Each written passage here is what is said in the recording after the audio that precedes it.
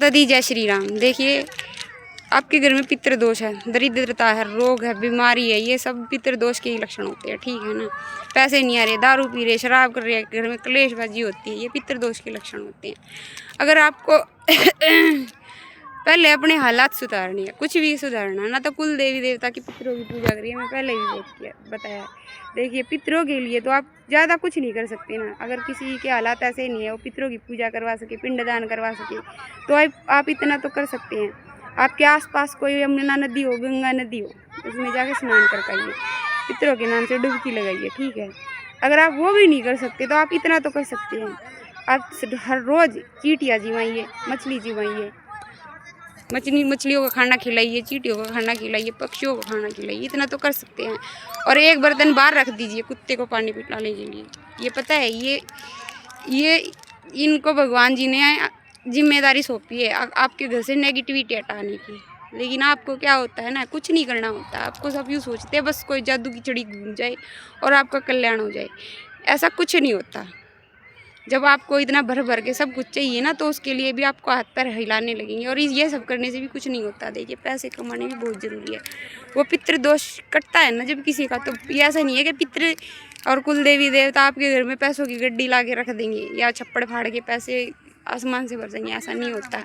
आपको क्या करना होता, जब पितृ खुश हो जाते, कुल देवी देवता खुश हो जाते हैं ना, वो आपको ऐसी जगह पर ले जाके उठा देंगे जहाँ पर आपके रास्ते खुलेंगे, जहाँ पर आपके पास मनी, जैसे पैसे आने का रास्ता आएगा, कोई काम अच्छा मिल जाएगा, कुछ भी ऐसा एकदम से काम बन जाएगा।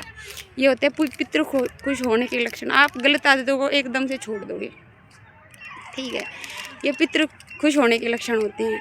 लेकिन आपको क्या होता है, आप यूँ सोचते हैं कोई तांत्रिक कर दे, मांत्रिक कर दे। देखिए, तांत्रिक मांत्रिकों के भरोसे मत रहिए। देखिए, तांत्रिकों में तो एक से एक लूटने वाला बैठा है। जहाँ जब दूर दूर जा लो, कितने भी पैसे जो जितने ज़्यादा पैसे लेता होगा ना, उतने ही ज़्यादा तंत्र मंत्र उसको आते होंगे, और उतनी ही बुरी प्रवृत्ति में वो चलेगा और आपके घर का सब कुछ बांध के बिठा लेगा। ठीक है। तो इसलिए आपको है ना कभी भी किसी तांत्रिक मांत्रिक पर भरोसा ना करके अपने आप पे भरोसा करो। ठीक है ना। जब आप से कुल देवी देवता की पूजा पाठ करने लगोगे ना, आपका सब कुछ ठीक होता चला जाएगा। और देखिए, पूजा पाठ के नियम भी होते हैं कुछ। ऐसे नहीं होता कि मुँह उठाकर बिना नहाए धोए मुँह धोया और ले लगा दी जोत। ऐसे नहीं होता। किसी के घर के कोई भी देवी देवता हो, किसी के शीतला माता होती है तो ऐसे बोल देते बिना नहाए लग जाती। नहीं होता भाई ऐसा। बहुत सारों को कुछ पता नहीं होता ना। देखिए, शीतला माता की सिर्फ एक दिन और लगती है, वो बासोड़े वाले दिन बिना नहाए धोए। और दिनों जिस सीढ़ी सातम होती है ना, शीतला माता की सप्तमी होती है, उसी दिन होता है बिना नहाए पूजा पाठ करने का। और वो भी आपको उधर मंदिर में करके आनी चाहिए। अपने घर के मंदिर को तो छूना नहीं चाहिए बिना नहाए। ठीक है। तो आपको इन सब चीज़ों से, जो आपको आपके बड़े बूढ़े ऐसे ही, देखिए पहले का टाइम कुछ और था। उन्होंने कुछ नहीं किया ना, तभी तो आज आप गड्ढे में पड़े हुए हो। ठीक हो। अगर वो कर लेते तो आज आप ही इन हालात में नहीं होते। ठीक। लेकिन फिर भी किसी कारण, और पितृदोष लगाने वाले बाहर वाले नहीं होते। देखिए, मानती हूँ मैं, तंत्र मंत्र होता है, ये सब होता है, मैं सब कुछ होता है, हम काट रहे, हम भी भुगतते हैं। लेकिन देखिए, जब तक आप कोई गलती नहीं करते ना, आपके ऊपर कोई किसी के बाप में हिम्मत नहीं है आपके ऊपर कोई तंत्र मंत्र करते। ठीक है। आप गलत आदमियों में बैठना शुरू कर देते हो। सबसे पहले तो अपना रहन सहन बदलिए, साफ़ सुथरे रहिए, नहा धो के रहिए, और सही आदमियों में बैठना शुरू कर दीजिए। जितने घटिया आदमियों में आप बैठोगे, उतनी गंदी लत आपको लगी रहेगी। नहीं लगी होगी तब भी लग जाएगी।